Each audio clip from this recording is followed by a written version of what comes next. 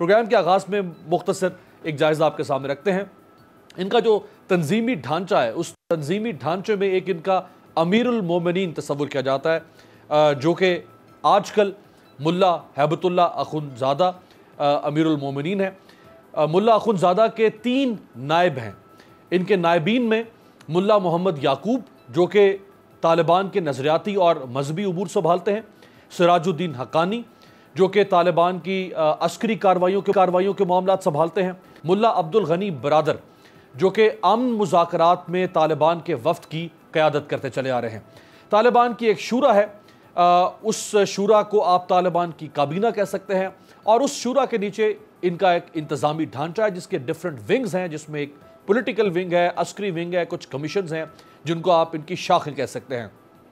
طالبان کا ہر صوبے کے لیے ایک شیڈو گورنر ہے اور ایک بیٹل فیلڈ کمانڈر ہے ہر صوبے کے لیے، جس کو فوجی کمیشن تعینات کرتا ہے۔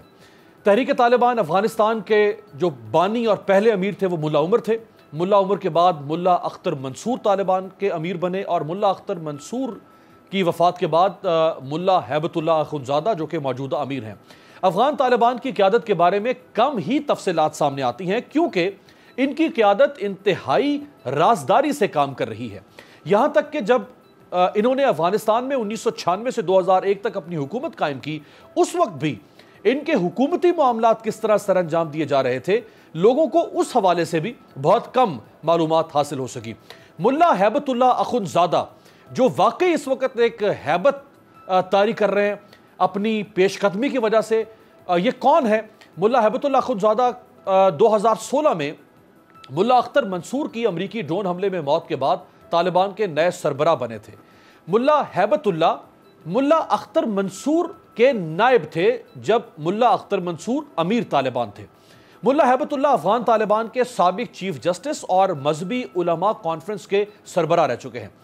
مولوی ہیبت اللہ کو عسکری سے زیادہ مذہبی رہنما سمجھا جاتا ہے، اور وہ فوج اور دہشت گردی کی کارروائیوں کے جواز کے حوالے سے طالبان کے لیے بیشتر فتوے بھی جاری کر چکے ہیں۔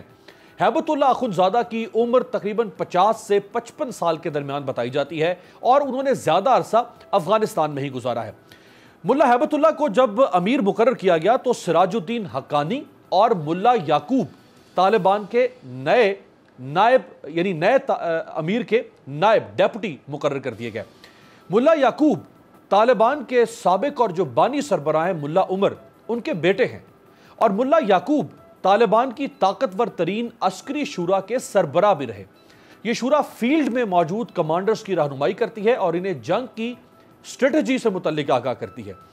ملا یعقوب کے نسب اور ان کے والد سے تعلق کے باعث انہیں طالبان جنگجوؤں کے درمیان بہت اہمیت حاصل ہے۔ طالبان کی قیادت سنبھالنے کے بعد القاعدہ کے سربراہ ایمن الظواہری نے موجودہ امیر ہیبت اللہ اخندزادہ کی بیعت کی تھی، جس پر انہوں نے ہیبت اللہ کو وفاداروں کے امیر کا لقب دیا تھا۔ ایک اور اہم کریکٹر جو کہ ملا عبد الغنی برادر ہیں، وہ کون ہیں؟ دراصل ان کی پرورش افغانستان کے علاقے قندھار میں ہوئی تھی، اور قندھار ہی وہ علاقہ ہے جہاں سے طالبان کی تحریک نے 90 کی دہائی میں جنم لیا تھا۔ دیگر افغانوں کی طرح ملا عبد الغنی برادر کی زندگی کا بیشتر حصہ بھی 1970 میں سوویت یونین کے قبضے کے بعد مزاحمت کار کے طور پر گزرا۔ انہوں نے طالبان کے بانی امیر ملا عمر کے ساتھ کئی محاذوں میں حصہ لیا۔ دونوں نے مل کر 90 کی دہائی کے اوائل میں طالبان کی بنیاد رکھی، جس کا مقصد ملک سے کرپشن اور افراتفری کا خاتمہ تھا۔ 2010 میں پاکستان نے ملا عبد الغنی برادر کو گرفتار کر لیا تھا، اور 2018 میں امریکہ نے دباؤ ڈالا، اور اس دباؤ کی وجہ سے ان کی رہائی ممکن ہوئی۔ بالآخر رہائی کے بعد ملا عبد الغنی برادر قطر منتقل ہو گئے تھے۔ قطر منتقل ہونے پر ملا برادر کو طالبان کے سیاسی دفتر کا سربراہ مقرر کیا گیا، اور اس دوران انہوں نے امریکہ سے ایک کامیاب معاہدہ بھی کیا تھا۔ اور ابھی ملا عبد الغنی برادر کا ہی نام سامنے آ رہا ہے کہ جو عبوری حکومت اگر قائم ہوتی ہے تو اس میں جو اہم ترین یا اعلیٰ ترین عہدہ ہے وہ انہی کو دیا جا سکتا ہے۔ آخر میں آپ کو سراج الدین حقانی اور حقانی نیٹ ورک، یہ بھی اکثر زیر بحث رہتا ہے جب بھی طالبان یا افغانستان کا ذکر آتا ہے، تو یہ کون ہے، یہ نیٹ ورک کیا ہے، اس کے بارے میں آپ کو بتا دیں۔ سراج الدین حقانی روس کے خلاف مزاحمت کرنے والے سابق کمانڈر جلال الدین حقانی کے بیٹے ہیں۔ سراج الدین حقانی نے نہ صرف طالبان کے اہم لیڈر کے طور پر کام کیا، بلکہ وہ حقانی نیٹ ورک کے بھی انتہائی طاقتور ترین سربراہ تصور کیے جاتے ہیں۔ حقانی نیٹ ورک کو امریکہ نے عالمی دہشت گرد تنظیموں کی فہرست میں شامل کر رکھا ہے اور طویل عرصے سے انہیں انتہائی خطرناک افغان جنگجو تنظیم کے طور پر جانا جاتا ہے، جبکہ انہوں نے 2 دہائیوں تک تقریباً امریکہ اور نیٹو افواج کے خلاف حملے جاری رکھے افغانستان میں۔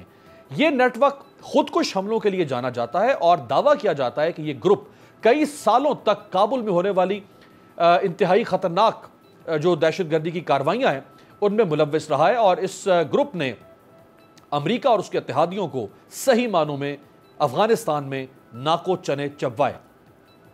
کل کا سورج جب طلوع ہوگا، افغانستان کہاں کھڑا ہوگا؟